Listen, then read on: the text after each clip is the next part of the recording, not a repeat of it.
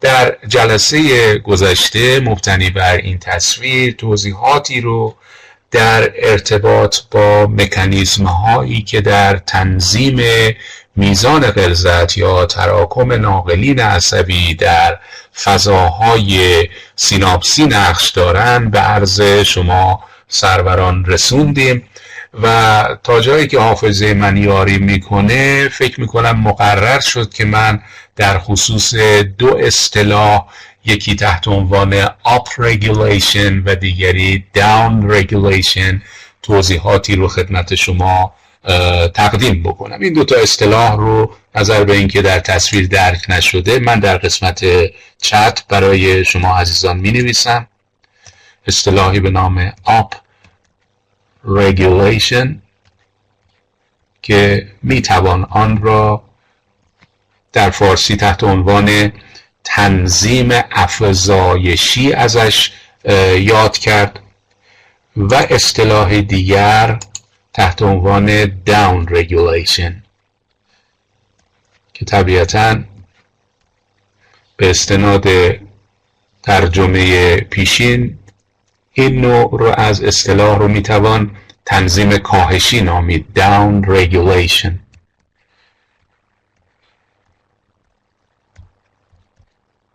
پس موضوع سخن من بیان دو اصطلاح تحت عناوین تنظیم‌های افزایشی و کاهشی هستند. ببینید دوستان، اگر حضور ذهن داشته باشید بر پایه مطالبی که طی جلسات گذشته من خدمتتون عرضه داشتم، ما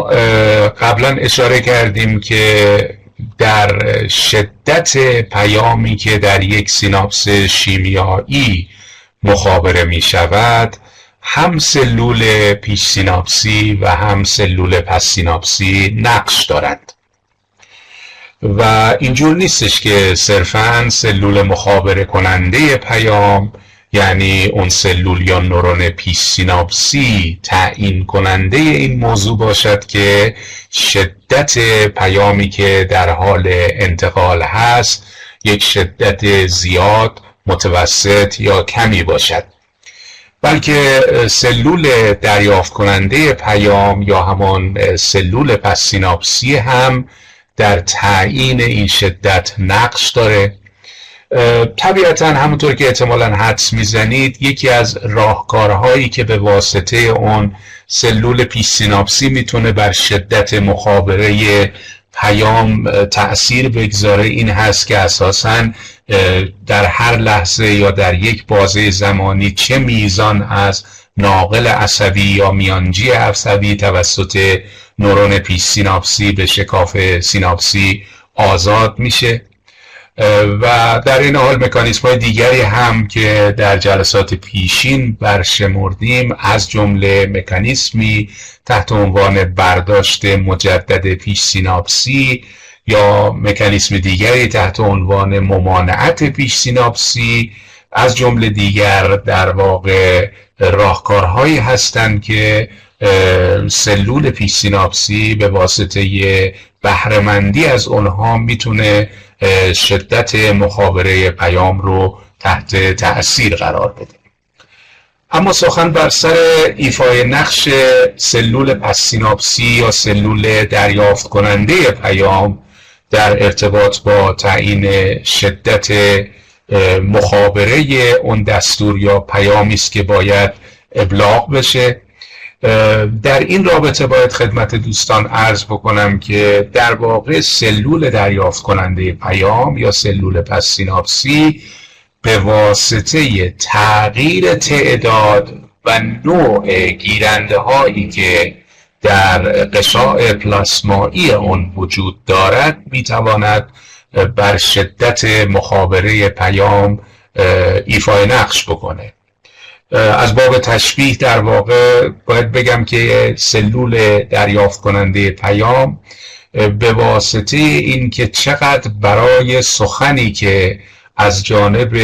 نورون پیش سیناپسی گفته میشه گوش شنوا داشته باشه، میتونه شدت مخابره و دریافت پیام رو تحت تأثیر قرار بده و همطور که عرض کردم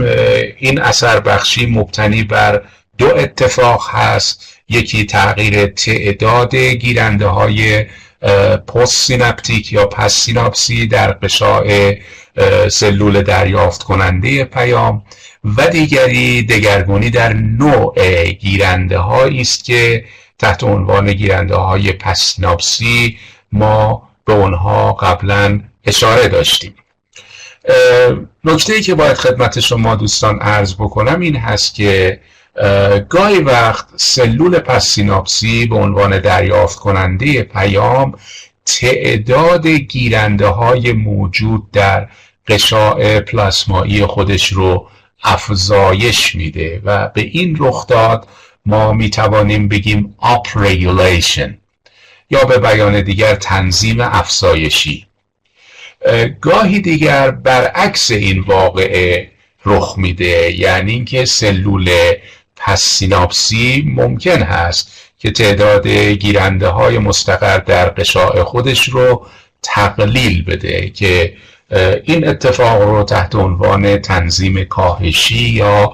down regulation مینامیم. در واقع همطور که عرض کردم سلول پس سیناپسی یکی از راهکارهایی که در اختیارش هست برای اینکه به نوعی بر شدت مخابره و دریافت پیام ایفای نقش بکنه اینه که تغییراتی رو در تعداد و یا تراکم گیرنده های موجود در غشاء خودش رقم بزنه، حالا یا به صورت افزایش این تعداد یا به شکل کاهش. حالا ممکنه این سوال برای شما سروران مطرح بشه که خب تحت چه شرایطی اگر بخوایم در قالب مصداق یا مثال مثلا عرض بکنیم این سلول پس سیناپسی اقدام به تنظیم افزایشی و یا کاهشی میکنه و تعداد گیرنده های خودش رو میتونه دستخوش تغییر و دگرگونی بکنه. خدمت دوستان عرض بکنم که فرض بفرمایید که سلول پیش سیناپسی که عرض کردیم قبلا لزوماً از نوع نورون هست در سیناپس شیمیایی، فرض بفرمایید که مبادرت به ترشح مقادیر زیادی از مولکول‌های ناقل یا میانجی عصبی میکنه. یعنی این سلول پیش سیناپسی به عنوان مخابره کننده پیام که خودش البته باز تحت تأثیر پیام‌های دیگر سلول‌ها میتونه قرار بگیره، فرض بفرمایید که حالا نسبت به گذشته تعداد بسیار بسیار بیشتری از مولکول‌های ناقل عصبی یا نوروترانسمیتر رو در شکاف سیناپسی رها میکنه. در نتیجه خب ما انتظار داریم که بر این اساس شدت مخابره پیام افزایش داشته باشه، ولی قبلا خدمتتون عرض کردم که این شدت باید در یک محدوده فیزیولوژیکی قرار بگیره، یعنی از یک کمینه یا حد اقلی کمتر و از یک بیشینه یا حد اکثری بیشتر نشود. و اگر سلول در واقع پیش سیناپسی عذری داره که به واسطه اون عذر داره مثلا مقادیر زیادی از ناقل عصبی رو در یک بازه زمانی آزاد میکنه و حالا تراکم ناقل در شکاف سیناپسی افزایش پیدا کرده و طبیعتاً شدت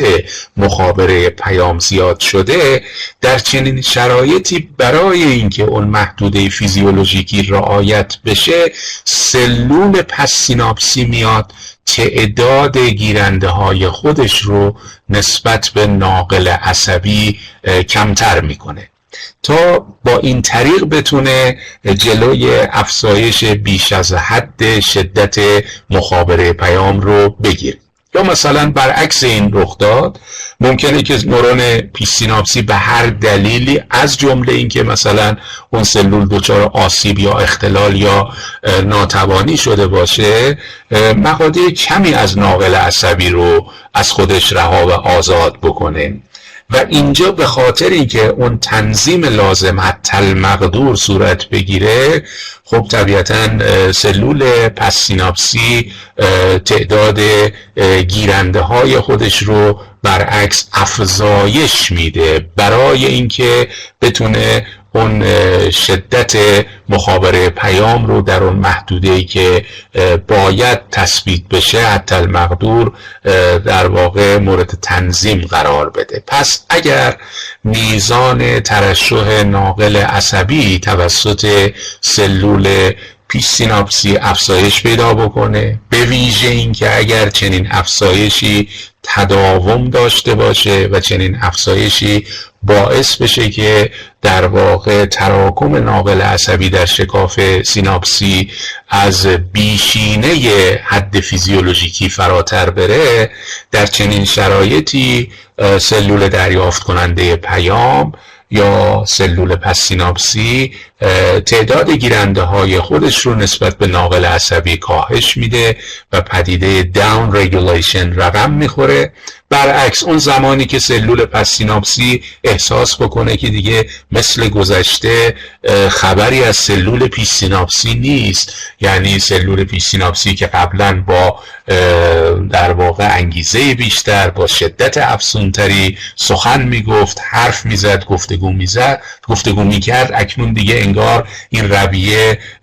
در واقع مطابق با گذشته نیست و اینجا سلول پس سیناپسی میتونه به واسطه آپ رگولیشن یا تنظیم افزایشی تعداد گیرنده های موجود در غشاء خودش رو افزایش بده و از باب تشبیه گوش شنواتری پیدا بکنه برای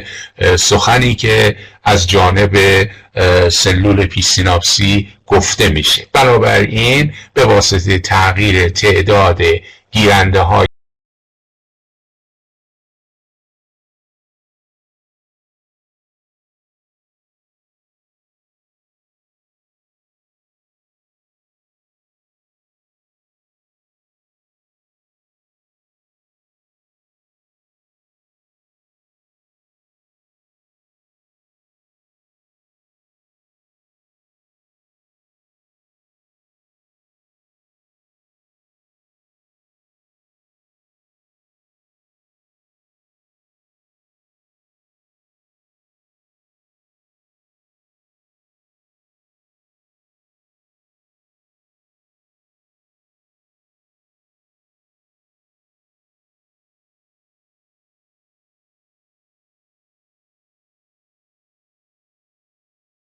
خصوص دوستان صدا و تصویر رو دارید؟ برای لحظاتی ارتباط ما قطع شد. من امیدوارم که ضبط جلسه رو نه خوشبختانه متوقف نکردم. بله متوقف نکردم و جلسه در حال ضبط هست. این رو داشتم از محضر شما سوال میکردم که این دو پدیده تنظیم افزایشی و کاهشی رو متوجه شدید؟ اگر سوالی دارید یا ابهامی هست هم بفرمایید که من پاسخگو باشم، اگر نه که ادامه بحث رو به عرض برسونم. بسیار خوب. خب اشاره کردیم که یکی دیگر از راهکارهایی که به واسطه اون سلول پس سیناپسی میتونه بر شدت مخابره پیام، بر شدت پیامی که دریافت میکنه مؤثر واقع بشه، اینه که تغییراتی رو در نوع گیرنده های موجود در غشاء خودش، یعنی دگرگونی هایی رو در نوع گیرنده های پس سیناپسی رقم بزنه. خب وقتی میگیم تغییر در نوع گیرنده، عزیزان به این نکته توجه داشته باشند که مفهوم این گفته این نیست که مثلا گیرنده ای که قبلا میتونسته به یک ناقل عصبی متصل بشه، حالا گیرنده جدیدی جایگزینش شده و این گیرنده میتونه به ناقل عصبی دیگری اتصال پیدا بکنه، بلکه مراد و منظور اون سنسیتیویتی یا حساسیت گیرنده است. بنابراین سلول دریافت کننده پیام در یک سیناپس شیمیایی به واسطه تغییر در نوع گیرنده های پس سیناپسی موجود در غشاء پلاسمایی خودش میتونه شدت دریافت پیام و اساساً مسیج ترانسمیشن یا مخابره پیام رو در سیناپس تحت تأثیر قرار بده. و همطور که عرض کردم مراد در اینجا این هستش که سلول از گیرنده های دیگری که برخوردار از درجه حساسیت متفاوتی هستند بهره مند بشه، وگرنه گیرنده ها همون گیرنده ها از حیث تشخیص ناقل عصبی هستند، یعنی همون ناقل عصبی که در شکاف سیناپسی رها میشه رو این گیرنده ها میتوانند شناسایی بکنن، باش پیوند برقرار بکنن، ولی درجه حساسیت یا سنسیتیویتی گیرنده ها میتونه نسبت به گذشته تفاوت داشته باشه. اگر باز من بخوام تشبیه بکنم برای درک بهتر این موضوع، این است که در واقع انگار سلول پس سیناپسی اونجایی که قصد داره که گوش شنواتری داشته باشه برای اون سخن یا پیامی که در حال مخابره هست، خب طبیعتاً بیشتر گیرنده هایی رو در غشاء خودش مجتمع میکنه و مستقر میکنه که این گیرنده ها درجه حساسیتشون درجه بالاتری باشه. یعنی چی؟ یعنی حتی اون هنگام که غلظت ناقل عصبی در شکاف سیناپسی غلظت بالایی نیست، این گیرنده ها حضور ناقل عصبی رو حس بکنن و بتونن تشخیص بدن. یا اون زمانی که سلول پس سیناپسی در واقع احساس میکنه که باید نسبت به پیامی که داره ابلاغ میشه بی‌محلی بکنه یا در واقع کم تفاوت باشه، در چنین شرایطی میاد و گیرنده هایی رو در غشاء خودش مجتمع میکنه که باز از باب تشبیه باید بگیم که این گیرنده ها خواب سنگینی دارند. یعنی اون هنگام که غلظت ناقل عصبی در شکاف سیناپسی پایین هست، این گیرنده ها متوجه در واقع ابلاغ پیام نیستند و در واقع مشارکت نمی کنند در ابلاغ پیام و دریافت اون در سلول پس سیناپسی. امیدوارم که با این توضیحات در واقع دوستان متوجه منظور من شده باشند. پس در هر سیناپس شیمیایی اولا سلول پس سیناپسی هم میتونه بر شدت پیامی که مخابره میشه اثر بگذاره. چگونه؟ به واسطه تغییر شدت دریافت پیام از جانب خودش، و این تغییر رو مبتنی بر دو رکن میتونه در واقع عملیاتی بکنه. یک، به واسطه مکانیزم هایی که تحت عنوان تنظیم های افزایشی و کاهشی به اونها من اشاره کردم، و دوم به واسطه جایگزینی گیرنده های قبلی با گیرنده هایی که برخوردار از درجه سنسیتیویتی یا حساسیت متفاوتی هستند. دوستان در خصوص این موضوع هم ابهامی نیست، متوجه منظور من شدید؟ اگر سوالی هست یا ابهامی هست عزیزان میتونن مطرح بفرمایید. بسیار خوب. حالا همینجا مبتنی بر این توضیح بد نیست که من به این مطلب هم اشاره داشته باشم. اگر خاطر مبارک سروران باشد، در جلسات پیشین من اشاره کردم که نوعی از گیرنده ها رو در یک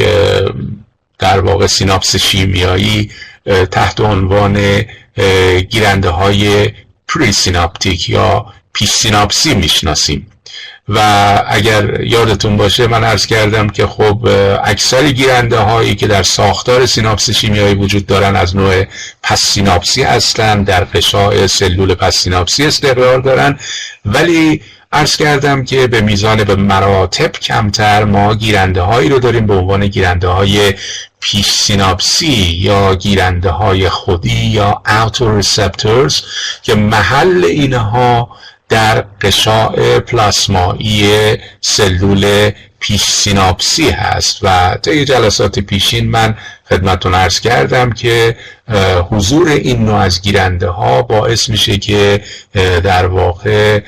مکانیسمی تحت عنوان مهار پیش سیناپسی یا ممانعت پیش سیناپسی به عنوان یکی از مکانیسم های مؤثر در تنظیم غلظت ناقل عصبی در شکاف سیناپسی عرض اندام بکنه و نقش خودش رو به منصه ظهور برسونه. حالا این رو میخواستم عرض بکنم که در مقام مقایسه با گیرنده های پس سیناپسی، گیرنده های پیش سیناپسی نسبت به تراکم یا غلظت ناقل عصبی طبیعتاً باید حساسیت کمتری داشته باشند. یعنی چی؟ یعنی باید غلظت و تراکم ناقل عصبی در شکاف سیناپسی تا حدی بالا برود که تازه از این حد به بعد گیرنده های پیش سیناپسی متوجه این شلوغی و تراکم زیاد ناقلین عصبی در شکاف مذکور بشن و لذا به سلول پیش سیناپسی ابلاغ بکنن که فعلا دست نگهدار، مقادیر بیشتری از ناقل عصبی رو آزاد نکن یا رها نکن.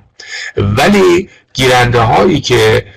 از نوع پس سیناپسی هستند در مقام مقایسه با گیرنده های پیش سیناپسی باید درجه حساسیتشون بیشتر باشه و همطور که عرض کردم در واقع باید بتوانن اون هنگام که غلظت‌های کمتر یا پایینتری از ناقلین عصبی هم در شکاف سیناپسی وجود دارند، اینها پیام مربوطه رو به درون سلول پس سیناپسی مخابره بکنن. بنابراین شما تا اینجای سخن متوجه شدید که حتی گیرنده هایی که طراحی شدن برای اینکه به یک ناقل عصبی یا یک نوع میانجی عصبی یا نوروترانسمیتر متصل بشن، از نظر تمام مشخصات لزوماً عین هم نیستن. بنابراین یه گیرنده ممکنه حساسیت بیشتری داشته باشه، گیرنده دیگر ممکنه حساسیتش کمتر باشه. نه فقط در مورد ناقلین عصبی، در مورد هورمون ها هم همینطوره. تمام گیرنده هایی که نسبت به یک نوع هورمون طراحی و ساخته شدن و صرفاً نوع مشخصی از هورمون میتونه به اونها پیوند بشه، لزوماً درجه حساسیت مشابهی ندارن و این موضوع بسیار مهمه به خاطر اینکه به هر حال شدت پیام هایی که باید مخابره بشه طبیعتاً و به طور الزامی باید تحت تنظیم قرار بگیره و قابلیت های تنظیمی در این حوزه ها به خوبی به اجرا گذاشته بشن. بنابراین سخن بر سر این بود که سلول های پس سیناپسی این قابلیت رو دارن که به واسطه تغییر در تعداد و تغییر در نوع گیرنده های موجود در قشاع پلاسمایی خودشون بتوانند در شدت مخابره پیام مؤثر باشن. حالا همینجا بد نیست که من یه پرانتز مختصر فارماکولوژیکی هم باز بکنم. ببینید دوستان، این نکته که خدمتتون عرض کردم به لحاظ فارماکولوژیکی هم اهمیت قابل توجهی داره و به همین دلیل هست که به ویژه داروهایی که مکانیسم اثرشون در محل سیناپس های شیمیایی و به ویژه و خاصه سیناپس های دستگاه عصبی، علل خصوص سیناپس های موجود در دستگاه عصبی مرکزی یعنی مغز و نخاع هست، اینها داروهایی هستند که چه در پزشکی چه در دامپزشکی همونطوری که مصرف خودسرانه اونها میتونه عوارض قابل توجهی در پی داشته باشه، قطع ناگهانی این قبیل داروها هم میتونه بعضاً عوارض و مخاطرات قابل توجهی رو در واقع ایجاد بکنه. و یکی از دلایلش این هست که به ویژه داروهایی که مکانیسم اثرشون این هست که گیرنده های پس سیناپسی رو مهار می کنند، اینها می توانند منجر به یک تغییر رویکردی در سلول پس سیناپسی بشن که اگر این داروها رو مثلا ما به صورت ناگهانی قطع بکنیم، این قطع ناگهانی میتونه مخاطراتی داشته باشه. شاید شما شنیده باشید که مثلا داروهایی که در حوزه‌های روانپزشکی تجویز میشوند، بعضی از داروهای مثلا قلبی عروقی، اینها داروهایی هستند که توصیه میشه اگر بنا هست که دارو با نظر فرد متخصص، پزشک یا دامپزشک قطع بشه، در واقع قطع اونها نباید به صورت ناگهانی اتفاق بیفته و در واقع مبتنی بر یک روند مشخصی به تدریج میزان دوز دارو باید تقلیل پیدا بکنه تا اینکه در نهایت تجویز دارو به 0 برسه. علتش این هست که همطور که عرض کردم داروهایی که بر وقایع سیناپسی اثر میکنن، به ویژه داروهایی که مکانیسم اثرشون از طریق گیرنده ها به اجرا گذاشته میشه در سیناپس، مثلا گیرنده های پس سیناپسی، اینها در واقع می توانند به مرور شرایطی رو ایجاد بکنن که به واسطه اون شرایط قطع ناگهانی دارو هم میتونه خطراتی رو به دنبال داشته باشه. احساس میکنم مبتنی بر رنگ علامت سیگنال یک مقداری شاید حالا سیگنال ضعیف شده، ولی امیدوارم که دوستان همچنان صدای من رو داشته باشن و تصویر رو. مشکلی که ایجاد نشده برای شما سروران. یک مقداری نارنجی رنگ شده سیگنالی که من دارم مشاهده میکنم. صدای من رو دارید همچنان؟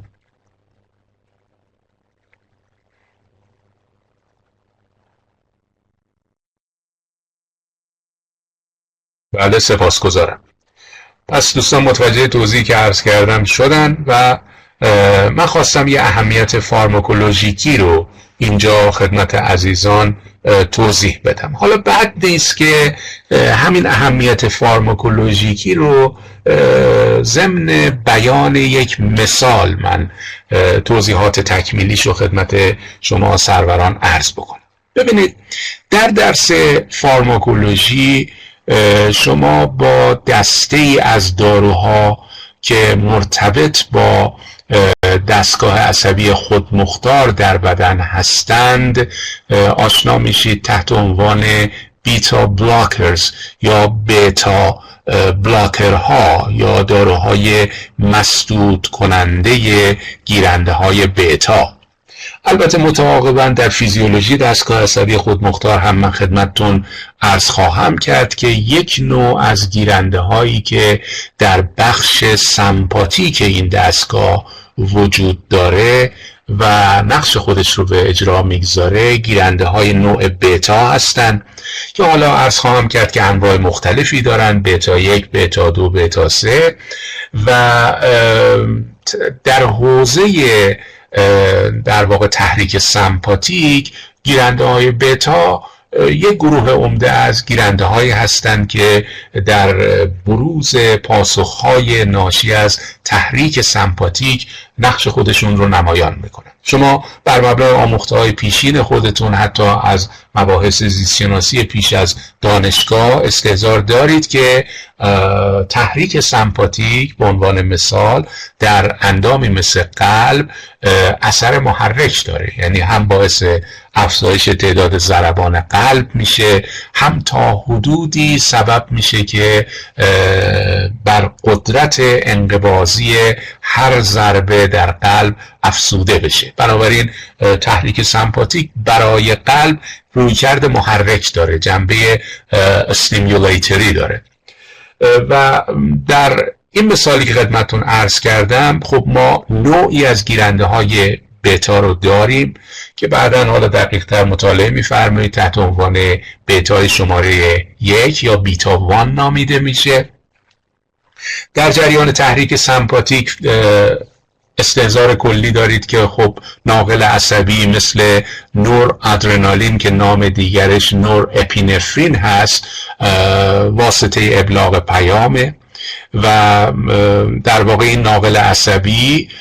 با گیرنده بتا که موجود در ساختمان سلول های قلب پیوند برقرار میکنه و دستورات و خواسته های بخش سمپاتیک رو به این اندام ابلاغ میکنه. و عرض کردم دستور بخش سمپاتیک برای قلب این است که این اندام جنب و جوش بیشتری داشته باشه، تعداد ضربان قلب بره بالا، اندکی بر قدرت انقباضی هر ضربه افزوده بشه و یه مقدار هم در اثر این اتفاقات میزان فشار خون شریانی افزایش پیدا بکنه، چه در انسان چه در حیوان. حالا گاهی وقت حسب شرایط ما باید شدت اثر تحریک سمپاتیک رو بر روی قلب کاهش بدیم.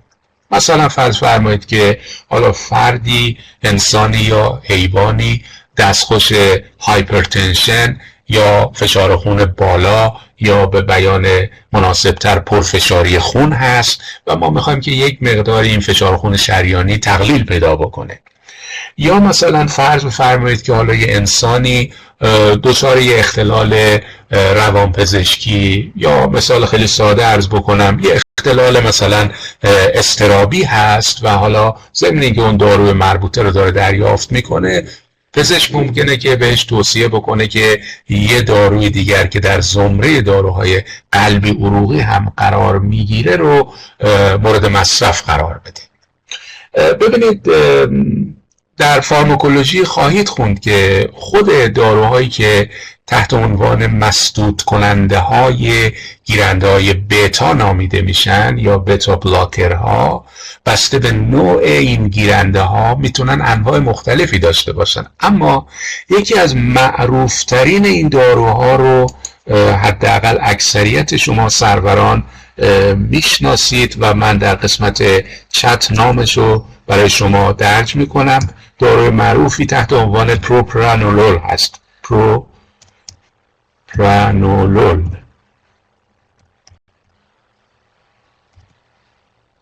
که سابقا با نام تجاری ایندرال عرضه میشد. حالا داخل پرانتز این لفظ رو هم من بنویسم، ایندرال. ولی خب الان به طور عمده با نام پروپرانولول شناخته میشه که احتمالاً بسیاری از دوستان این دارو رو که نامش پروپرانولول هست و سابقاً با نام تجاری ایندرال عرضه میشد میشناسند و به لحاظ فارماکولوژیکی این دارو در زمره گروهی از داروهای دستگاه قلبی عروقی است. عرضم این است که این پروپرانولول کارش اینه که گیرنده های بتا رو در واقع مسدود میکنه. یعنی چی؟ یعنی متصل میشه به گیرنده بتا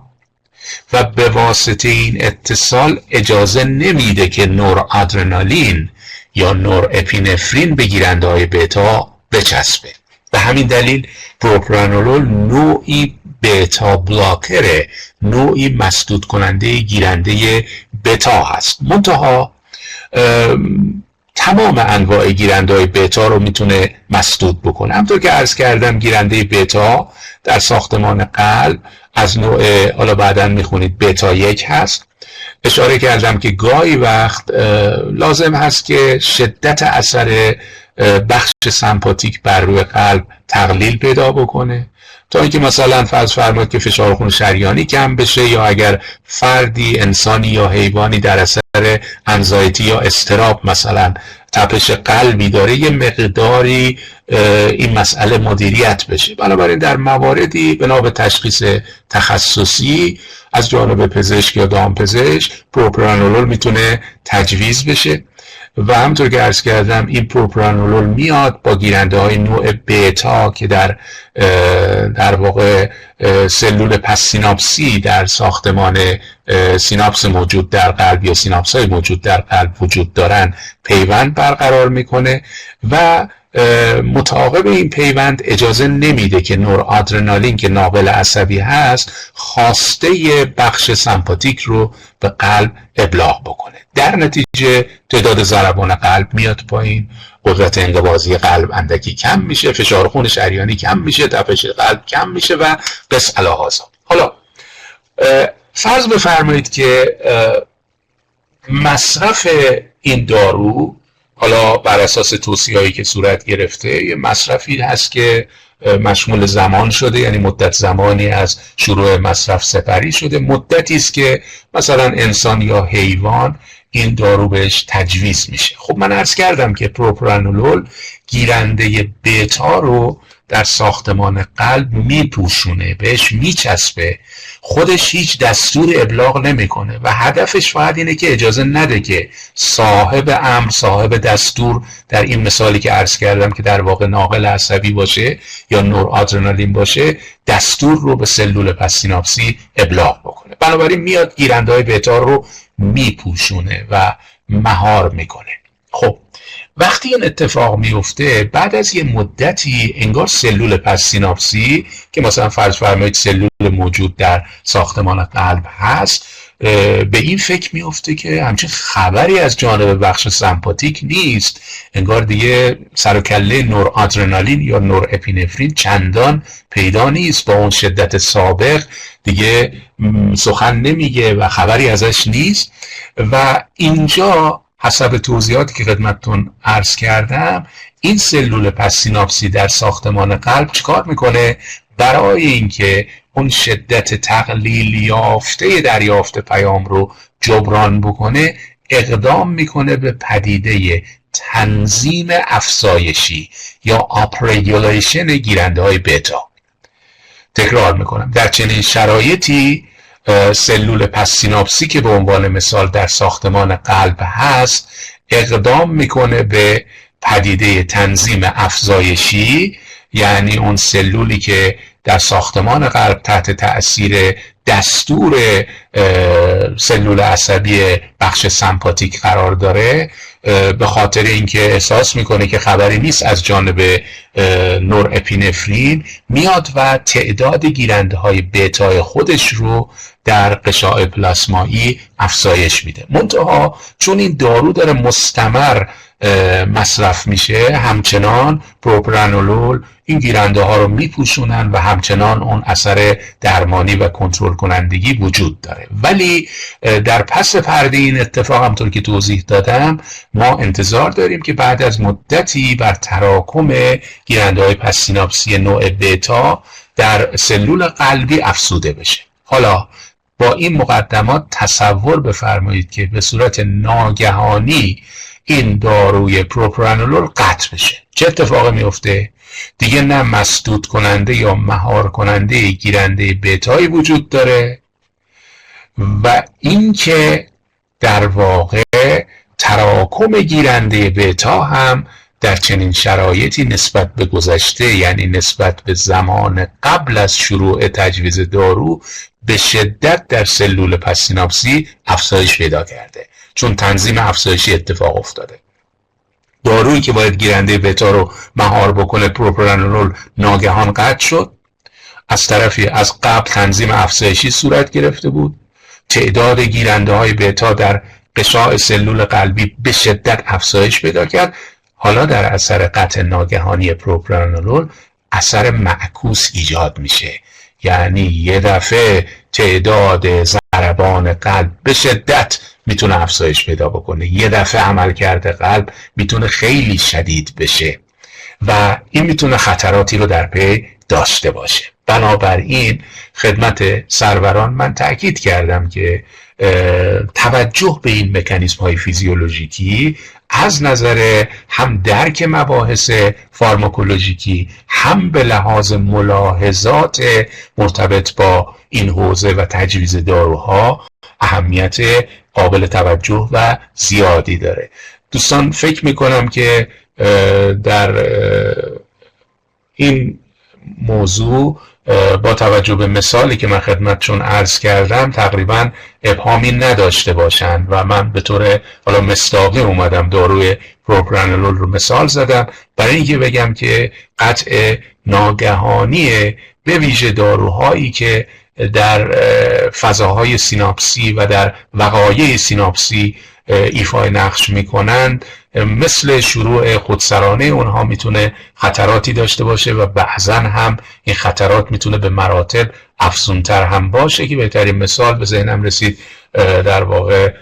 داروی پروپرانولول هست که در این حوزه من خدمت شما سروران عرض کردم و توضیح دادم. اگر سوالی هست یا ابهامی هست میتونید مطرح بفرمایید.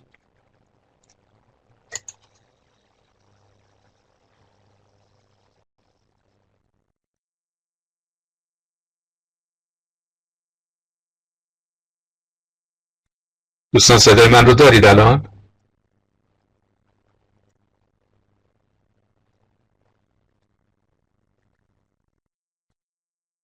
ممنونم، تشکر میکنم. عزیزان یه 10 دقیقه استراحت داشته باشید تا ساعت 3 اگر صدای من رو دارید. تا ساعت 3 10 دقیقه استراحت داشته باشید. من مجددا در خدمت شما هستم.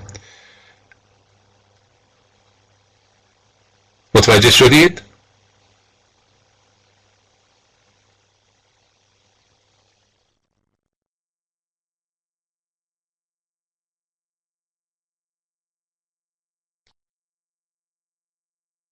پس تا ساعت 3 فعلا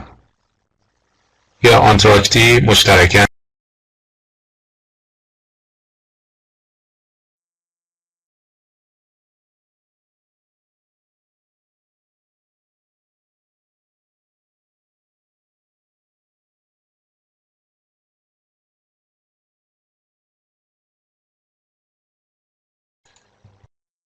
صدای من رو دارید؟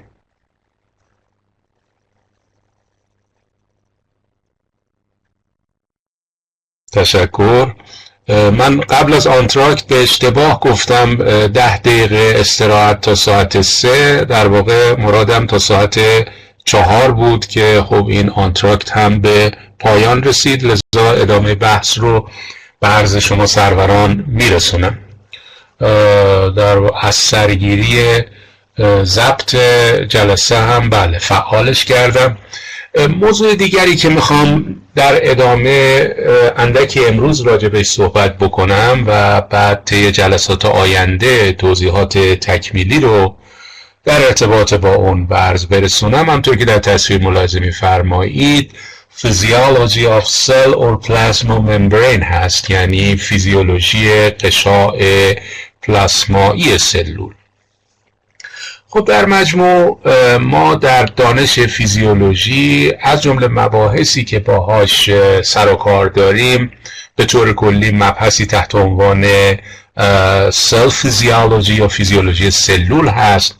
منتها با توجه به اینکه شما عزیزان مبتنی بر برنامه درسی مصوبی که برای دوره دکتری عمومی دامپزشکی برای شما به اجرا گذاشته میشه، درسی رو به عنوان پیش نیاز فیزیولوژی 1 گذروندید در نیم سال تحصیلی گذشته تحت عنوان مبانی بیولوژی سلولی و مولکولی و نظر به این که در اون درس همکار ارجمندم جناب آقای دکتر درویش خادم در ارتباط با مثلا ارگانل ها یا اندامک های سلول توضیحاتی رو خدمت شما تقدیم کردن و با توجه به اینکه هم ایشون هم بنده در ارتباط با ایفای نقش هسته سلول از منظر ژنتیک مولکولی هم توضیحاتی رو به عرض رسوندیم، لذا در فیزیولوژی 1 تمرکز سخن من به طور اختصاصی و مبتنی بر یک رویکرد کاربردی متمرکز هست بر روی فیزیولوژی قشاع پلاسمایی سلول که در ادامه من میخوام بحث مرتبط با این عنوان رو این جلسه آغاز بکنم. احتمالاً استحضار دارید سروران که ما در حوزه علوم زیستی با اصطلاحی مواجه میشیم تحت عنوان biological membranes یا the biological membranes، قشاهای زیستی یا قشاهای بیولوژیکی. و میدونید که به هر حال وقتی ما این اصطلاح رو به کار میگیریم مرادمون هم غشاء سلول هست، هم غشاء موجود در ساختارهای درون سلولی، هم از غشاهای ارگانل ها یا اندامک ها و همچنین غشاء موجود در ساختار هسته سلول. بنابراین به طور کلی این ساختارهای ممبرینوس یا غشایی رو تحت عنوان غشاهای زیستی یا بیولوژیکی مینامیم. از نظر دانش تشریح یا تشریح ریزبینی، مثلا هیستولوژی یا بافت‌شناسی، خب یک غشاء سلول ممکنه صرفاً به عنوان یک پوسته یا جداره‌ای محسوب بشه که حد و مرز سلول رو مشخص میکنه و طبیعتاً یکی از وظایف غشاء پلاسمایی سلول این هست که در واقع منجر به تفکیک یک سلول از ساختارهای مجاور اون بشه. ولی حالا بعدا من خدمتتون عرض خواهم کرد به مرور که به لحاظ فیزیولوژیکی ما غشاء پلاسمایی سلول رو یک بخش کاملا زنده و حیاتی باید محسوب بکنیم. نقش‌های متنوعی رو میتوانیم به غشاء پلاسمایی نسبت بدیم که امروز من نمیخوام راجع به این نقش‌ها صحبت بکنم. منظورم این هست که غشاهای زیستی در مجموع و به ویژه در واقع موضوع اصلی بحث ما یعنی غشاء سلول یا غشاء پلاسمایی سلول صرفاً به عنوان یک جداره یا حد فاصل و یا یک دیوار محسوب و تلقی نمیشن. درسته یکی از وظایف این ساختارها این هست که حد و مرز مشخص بکنن، انفکاک ایجاد بکنن، یعنی اینکه مثلا در مورد ارگانل های سیتوپلاسمی که اکثریتشون در سلول های یوکاریوتیک یا سلول های پیشرفته ساختارهای غشادار هستن، خب این غشاها اولا باعث میشن که مرز و حدود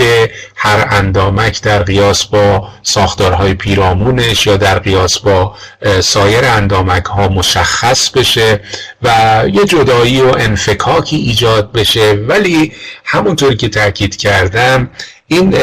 جدایی و انفکاک به معنای این نیست که مثلا ارتباط یک سلول با محیط پیرامونش به طور کامل قطع بشه یا ارتباط هسته سلول با سیتوپلاسم قطع بشه یا اینکه مثلا یک اندامک با اندامک دیگری ارتباط نداشته باشه، کما اینکه بر مبنای آموختهایی که دارید استحضار دارید که در واقع این ارتباطات و تعاملات برای تداوم زندگی سلول کاملا اجتناب ناپذیر و ضروری هستند. یعنی به لحاظ فعالیتی غشاء پلاسمایی نباید یک جدا شدگی خیلی زمخت و سختی رو بین یک ساختار و ساختار مجاور، بین یک سلول و ساختارهای مجاور و اطرافش ایجاد بکنه، بلکه ضمن مشخص کردن حدود، ضمن در واقع تقسیم بندی غشاهای زیستی باید شرایطی رو رقم بزنن که مانع تبادلات طبیعی از طریق خودشون نشن و این امکان رو فراهم بکنن که سلول با محیط پیرامونش، ارگانل سیتوپلاسمی با سیتوزول یا سایر ارگانل ها یا اندامک های سیتوپلاسمی، هسته با سیتوپلاسم سلول در ارتباطات دو جانبه ای به سر ببرن. نکته دیگری که باید عرض بکنم مبتنی بر آموخته های بیوشیمیایی شما بزرگواران این هستش که خب مستحضر هستید که در ساختمان سلول ها به عنوان واحدهای حیاتی و زیستی در جانداران انواع مختلف از ترکیبات، اجزا و مولکول ها وجود دارند که این مولکول ها و ترکیبات در قیاس با یکدیگر برخوردار از خواص فیزیکی و شیمیایی بسیار متنوع و متفاوتی می باشد. مثلا مثلا یه مولکولی در سلول ممکنه قابلیت انحلالش در آب زیاد باشه و اصطلاحاً رویکرد هایدروفیلیک یا آب دوستی داشته باشه. برعکس مولکول دیگه ممکنه که به عنوان یه مولکول زیستی آبگریز باشه، هایدروفوبیک باشه یا چربی دوست باشه، لایپوفیلیک باشه. بنابراین ماهیت شیمیایی مولکول‌های مختلفی که به طور طبیعی در سلول‌ها باید حضور داشته باشند و یا اینکه در عملکرد سلول‌ها ایفای نقش بکنن، خیلی ماهیت گسترده و برخوردار از تنوع زیادی هست که عرض کردم به لحاظ خصوصیات شیمیایی و فیزیکی تفاوت‌های قابل توجهی هستند. معلوم میشه که سلول ها فقط با یک طیف مشخصی از ترکیبات سر و کار ندارن. یعنی اینجور نیستش که سلول فقط تمرکزش بر روی مولکول های آبدوست باشه یا فقط صرفاً با مولکول های سر و کار داشته باشه که اونها آبگریز هستن یا چربی دوست هستن. اینها را از این جهت عرض کردم خدمت سروران که به این نتیجه برسم که مولکول هایی که برای در واقع ایجاد غشاهای زیستی و از جمله غشاء پلاسمایی سلول کنار هم گرد آمدن و ساختار غشا رو ایجاد میکنن، باید مولکول هایی باشند که هم امکان تعامل و تبادل رو برای ترکیباتی که قابلیت انحلالشون در آب زیاد هست رقم بزنن، هم در خصوص ترکیباتی که قابلیت انحلال بالایی در چربی دارن. بنابراین مولکول هایی که بیس، پایه و اساس یک غشاء زیستی مثل غشاء پلاسمایی سلول رو ایجاد میکنند، نباید صرفاً خودشون تماماً رویکرد آبدوستی و یا آبگریزی داشته باشند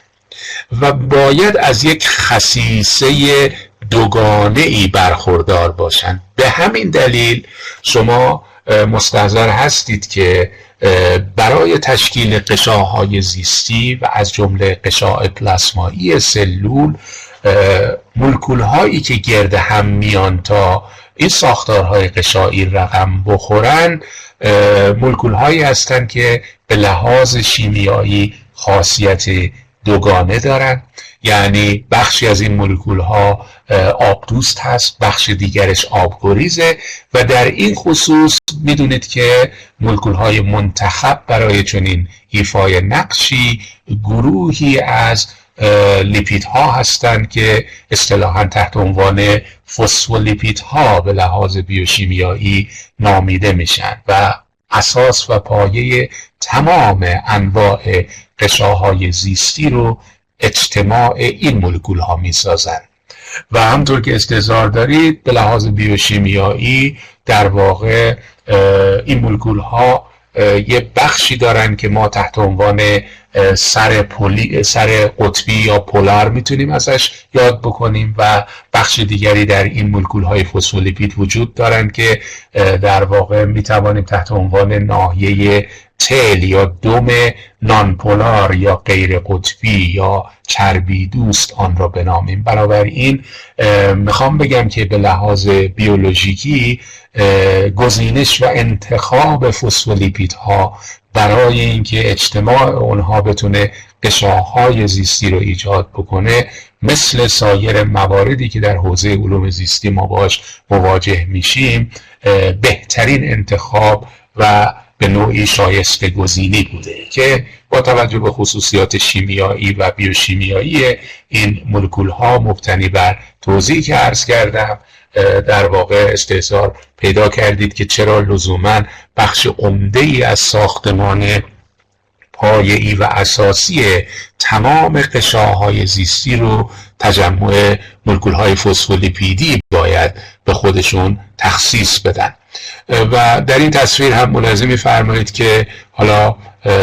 ساختار مربوط به غشاء پلاسمایی سلول برای شما به نمایش گذاشته شده. ملاحظه می‌فرمایید که تعداد بسیار زیادی از مولکول‌های فسفولیپیدی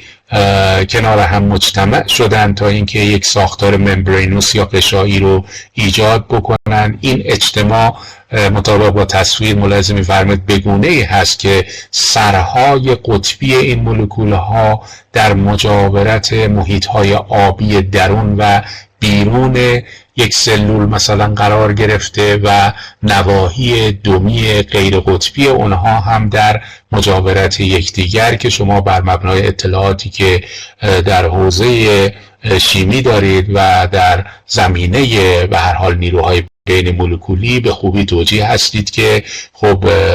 در این موضوع از حیث استقرار چنین تجمعی در ساختار غشایی زیستی میتونه اهمیت بسیار بسیار زیاد و قابل توجهی داشته باشه. در این تصویر در سمت چپ هدف من این هست که عزیزان به این نکته عنایت داشته باشند که اساساً در اثر گرد همایی و تجمع مولکول‌های فسفولیپیدی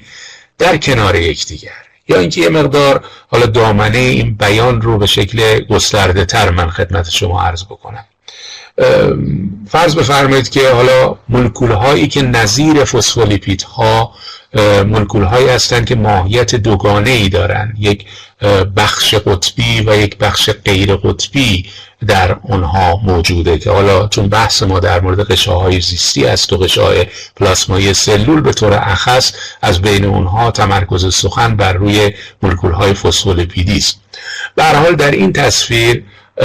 در قسمت چپ شما این مطلب رو میتونید مورد مشاهده قرار بدید که گرد همایی مولکول‌های فسفولیپیدی در کنار یکدیگر میتونه سه نوع از ساختمان‌ها رو ایجاد بکنه که اسامی و شکل اونها رو تو این تصویر شما ملاحظه می‌فرمایید. یکی از این ساختارها ساختاری است که اصطلاحاً بهش میگیم دولایه لیپیدی، نوشته شده تو تصویر بایلر شیت، صفحه دولایه‌ای یا همون دولایه لیپیدی، یعنی وضعیتی که ما در مورد غشاهای زیستی اما از غشاء سلول، غشاء ارگانل های سیتوپلاسمی و غشاء هسته‌ای باش مواجه هستیم. یک حالت دیگر ناشی از تجمع مولکول های فسفولیپیدی میتونه ایجاد شکلی باشه که در تصویر تحت عنوان میسل ازش یاد میشه. نه فقط فسفولیپیدها، عرض کردم ترکیباتی که مثل فسفولیپیدها برخوردار از این ویژگی هستند که درشون یه بخش سرمانند قطبی و یک بخش دمی غیر قطبی وجود داره. میبینید که در فرم میسل این تجمع بگونه‌ای هست که در درون این ساختار فضای خالی ایجاد نمیشه و شکل نمیگیره. و یه فرم دیگری که تحت عنوان لایپوزوم یا لیپوزوم نامیده شده در تصویر و ملاحظه می‌فرمایید که تفاوت اصلیش با میسل اینه که در درون لیپوزوم یا لایپوزوم یه فضایی هم در اثر این نحوه گرد همایی مولکول‌های فسفولیپیدی میتونه رقم بخوره و ایجاد بشه. بنابراین از اجتماع و گرد همایی فسفولیپیدها سه ساختار میتوانند ایجاد بشوند، یکی تحت عنوان لایپوزوم یا لیپوزوم، دیگری موسوم به میسل و دیگری در واقع ساختمانی تحت عنوان لیپید بایلر، دولایه لیپیدی یا به تعبیر این تصویر بایلر شیت، که عرض کردم از بین این ساختارها طبیعتاً اون ساختاری که در غشاهای زیستی و از جمله غشاء پلاسمایی سلول موضوعیت پیدا میکنه و ما در آینده بیشتر در موردش صحبت میکنیم، همون ساختار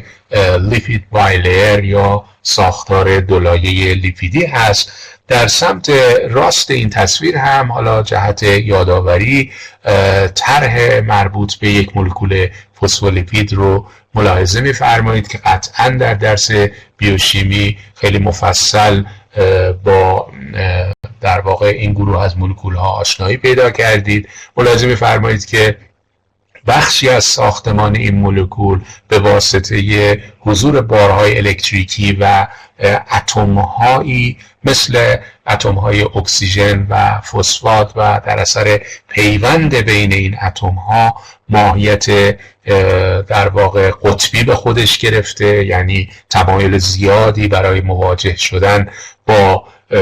آب یا محلول‌هایی که بیس اونها آب هست پیدا میکنه، در حالی که دو زنجیره نانپولار یا غیر قطبی هم ملاحظه می‌فرمایید که در ساختمان فسفولیپیدها وجود دارند که اینها به شدت در واقع آبگریزند و چربی دوست و قابلیت انحلالشون در چربی زیاد هست و در مجموع فسفولیپیدها همطور که یکی دو بار تاکید کردم به خاطر این خاصیت دوگانه ای که از منظر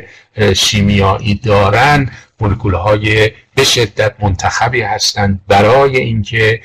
ساختارهای غشاء زیستی و از جمله غشاء پلاسمایی سلول رو ایجاد بکنن. فقط در ذهن داشته باشید همونطور که عرض کردم که تجمع این مولکول‌ها همیشه منجر به تشکیل دو لایه لیپیدی نمیشه، بلکه اشکالی تحت عنوان میسل و لیپوزوم هم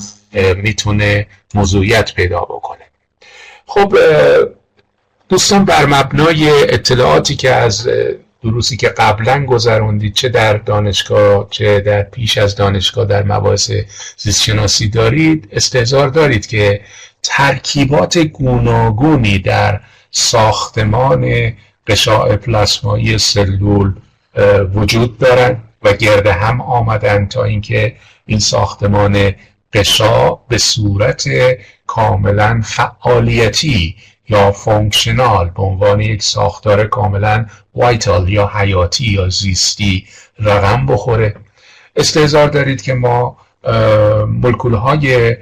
سازنده غشاء سلول رو و دیگر غشاهای پلاسمایی رو، دیگر غشاهای زیستی یا بیولوژیکی رو به لحاظ بیوشیمیایی میتوانیم شامل لیپیدها یا چربیها، کربوهیدراتها و پروتئینها بدانیم. همونطور که عرض کردم بخش عمده ای از لیپیدهایی که در ساختار غشاء پلاسمایی سلول وجود دارند بنابر دلیلی که توضیح دادم از نوع مولکول‌های فسفولیپیدی هستند که تو این تصویر هم در واقع حضور اونها رو می‌بینید. منتها تو این تصاویر برای ساده سازی در واقع همه این مولکول‌های فسفولیپیدی رو عین هم به نمایش گذاشته، ولی احتمالاً دوستان استحضار دارند که به لحاظ بیوشیمیایی اگر ما بخوایم خیلی با جزئی نگری افزونتری این مطلب رو رصد بکنیم و مورد مداقه قرار بدیم، در واقع باید بگیم که تمام مولکول‌های فسفولیپیدی که در دو لایه غشاء پلاسمایی سلول وجود دارند به لحاظ بیوشیمیایی عین هم نیستند. شما در بیوشیمی فسفولیپیدها احتمالاً با اسامی برخی از معروفترین اونها آشنایی پیدا کردید و میدونید که خب وقتی ما میگیم فسفولیپید ذیل این عنوان مولکول‌های مختلفی میتونن قرار بگیرن. فقط خواستم این نکته رو عرض بکنم که توجه داشته باشید که لزوماً مولکول‌های فسفولیپیدی که در دو لایه موجود در غشاء پلاسمایی سلول و دیگر غشاهای زیستی موجودند کاملاً عین هم نیستند، بلکه بعضی از انواع فسفولیپیدها در یکی از این دو لایه و برخی دیگر در لایه دیگر بیشتر تراکم دارند و حضور پیدا کردن. نکته دیگری که احتمالاً میدونید من باید یادآوری بکنم این هستش که خب گرچه اکثریت لیپیدها در غشاء پلاسمایی سلول ماهیت فسفولیپیدی دارند، ولی به میزان کمتر سایر انواع لیپیدها و از جمله کلسترول هم در ساختار غشاهای سلولی وجود دارند. استحضار دارید که کلسترول نوعی لیپید هست که توسط سلول‌های کبدی ساخته میشه. یکی از کارکردهای کلسترول این است که مشارکت بکنه در ساختمان غشاهای زیستی و از جمله غشاء پلاسمایی سلول. در واقع کلسترول به دلیل اون ماهیت شیمیایی یا بیوشیمیایی که داره، میزان حضورش در غشاء پلاسمایی سلول درجه سیالیت یا درجه روانی این غشا رو میتونه تحت تأثیر قرار بده. داخل پرانتز باید این نکته رو خدمت سروران عرض بکنم که لزوماً تمام مولکول هایی که در غشاء پلاسمایی سلول حضور دارند همواره در جای مشخصی تثبیت شده نیستند. یعنی مولکول ها بر مبنای برخورداری از انرژی جنبشی میتونن لرزش داشته باشند و یه سیالیتی به واسطه این لرزش ها و جابجا شدن ها در غشاء پلاسمایی سلول میتونه رقم بخوره. بنابراین مثلا این مولکول های فسفولیپیدی اینطور نیستش که همواره در یک جای خاصی تثبیت شده باشند، بلکه بر مبنای جنبش مولکولی میتونن بین هم مرتب جابجا بشن، از نقطه به نقطه دیگر انتقال پیدا بکنن و همین باعث میشه که یک سیالیتی در غشاء پلاسمایی سلول رقم بخوره. عرض من این هست که یکی از اثراتی که کلسترول داره، البته بسته به میزان حضورش در غشا، این هستش که میتونه این سیالیت رو تحت تأثیر قرار بده و بر این شاخص اثر بگذاره، ضمن اینکه حضور کلسترول میزان نفوذپذیری غشاء پلاسمایی رو نسبت به ترکیباتی که محلول در آب هستند رو هم میتونه تحت تأثیر خودش قرار بده. پس به میزان کمتر در مقایسه با فسفولیپیدها، به عنوان مثال ما حضور کلسترول رو داریم، حتی انواع دیگر از لیپیدهایی که شما در بیوشیمی میخونید هم داریم که من خیلی نمیخوام وارد جزئیاتش بشم و در این حال در مورد کلسترول من به طور مشخص خواستم که به این نقش هایی که چنین مولکولی در ارتباط با غشاء پلاسمایی سلول داره یک اشاره مختصری داشته باشم. نکته دیگر که احتمالا میدونید، من فقط میخوام یادآوری بکنم، این استش که در مقایسه با لیپیدها و پروتئین ها، کربوهیدرات ها در ساختمان غشاء پلاسمایی سلول در مقادیری بسیار بسیار کمتر وجود دارند. پس میزان کربوهیدرات ها در قیاس با پروتئین ها در مقایسه با لیپید ها در ساختار غشاء پلاسمایی سلول به مراتب کمتر هست. نکته دیگر این که باز مطابق با تصویر اگر عنایت بفرمایید، کربوهیدرات ها به طور عمده در لایه خارجی غشاء پلاسمایی سلول حضور دارند. اگر در تصویر دقت بفرمایید ببینید یک بخشی تحت عنوان intracellular fluid یا مایع درون سلولی درک شده و بخش دیگرش extracellular fluid هست. معلوم میشه که از این دو لایه به هر حال یک کدومش لایه خارجی و دیگری لایه داخلی غشاء پلاسمایی سلول هست. کربوهیدرات ها را هم ملاحظه می‌فرمایید که به صورت چند ضلعی های قرمز رنگ برای شما تو این تصویر به نمایش گذاشته و همونطور که عرض کردم به طور عمده ما حضور کربوهیدرات ها رو در لایه خارجی غشاء پلاسمایی سلول داریم. نکته دیگری که باید اشاره بکنم در خاتمه عرایزم برای جلسه امروز این هستش که کربوهیدرات ها به صورت مستقل در غشا حضور ندارند، یعنی یا چسبیده به پروتئین هستند یا متصل به لیپید. بنابراین به اشکال گلایکوپروتئین و گلایکولیپید در غشاء پلاسمایی سلول حضور پیدا میکنند. این توضیحات خیلی مقدماتی بود و بیشتر مرور دانش قبلی شما بود در حوزه غشاء پلاسمایی سلول که انشالله فردا من باز مطالب تکمیلی رو در این ارتباط به عرض شما سروران میرسونم. اگر سوالی هم هست من در خدمتتون هستم، اگر نه که شما رو به خداوند متعال میسپارم تا انشالله فردا